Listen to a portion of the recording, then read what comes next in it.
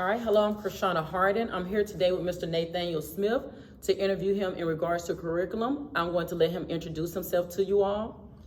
My name is Nate Smith, and I am the academic supervisor here with the Mobile County Public School System. I oversee the social studies curriculum for grades K through 12 in the Mobile County Public School System.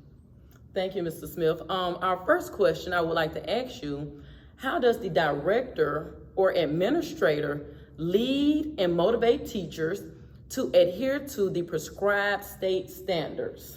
Okay, that's a full question that I'll be glad to help you with. How do you lead and motivate teachers? Well, my job here as a academic supervisor, I say first and foremost, is to be a resource for teachers.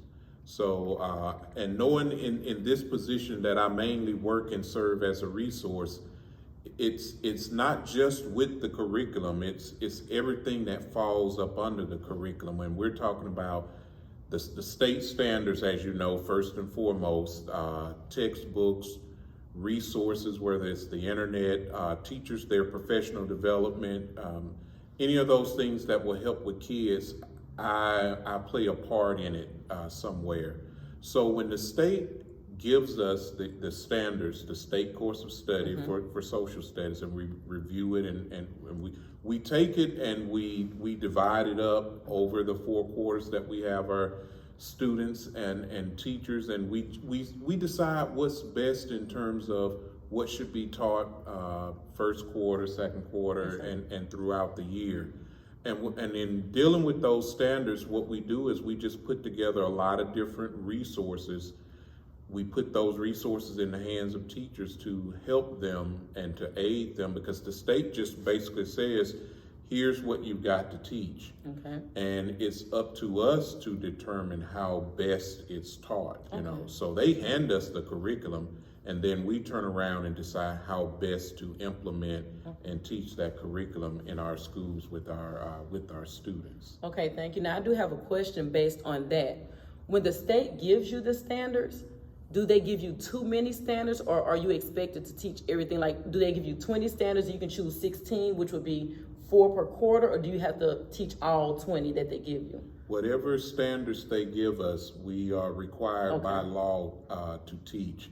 And it varies from one grade to the next. You know, 6th grade, you may have 16 standards that has to be taught at some point during that school year. But in the 12th grade with the government curriculum, you may only have 11 or 12. Okay. You know, so, but whatever they give you, whatever that course of study committee puts together and gets approved by the State Board of Education, it's then handed to you, and you're responsible for teaching all of those standards. You don't get to pick and choose, no. Okay. Also, do teachers help you, or are they involved in the curriculum, the decisions, and how things will be taught or implemented? Yes, teachers are involved with it intricately, to be honest with you. What we do is we assemble what we call curriculum committees, and we like to do this during the summer. And the goal of that curriculum committee, and we'll have a committee per grade level, small group of teachers, we tend to meet together during the summer, divvy up our discipline based on whether you're a 6th grade U.S. history teacher or a 9th grade world history. And what we do is we take a look at our curriculum, we take a look at our resources, lesson plans, not state tests, but our quarter exams. Yes, sir. And what we'll do is we'll put together resources, or we will revise our resources to determine how best to assist teachers in the classrooms. So that's why I say, hey, teachers play a great role in it, because they help me decide what should be taught first quarter, or what should be taught second quarter, or here's what should be tested, because it's our standards are so broad. Yes, sir. That committee helps to really focus the attention to say, hey, this is a broad standard, but we need to really home in or focus on this, even though we're responsible for teaching all of the standards, which we do. We may place more emphasis on some more so than others. Okay, and I'm sure that teacher input is great since they're the ones there every day actually teaching the children, and they kind of know what children pick up on, so on and so forth. Do you have any questions or anything that you would like to ask me at this time? Sure. I'll ask you one question. Since we're having this discussion on curriculum, I guess my question to you would be, why is it important to even have a curriculum? I'm a very simple, basic person, I think.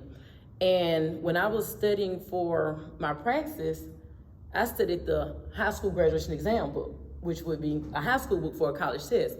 So to me, it's always important to have a foundation and to have a basis, because without that foundation, that basis, where are you going? So therefore, you have a curriculum and everyone is on one accord, they're unified. Also, I think that that also helps with students transferring. So they have to know, okay, if I go from this school to this school, that they're still kind of learning the same thing. So I think that it's good for a child to have a basis. You never know what's gonna happen. So if they have to move, they won't be lost. They won't be lost in that time. So it's good to always have a foundation. I believe if you have a foundation, you can build on that foundation. Right. I would agree with that. Well, I would like to thank you so much, Mr. Smith. You have anything else?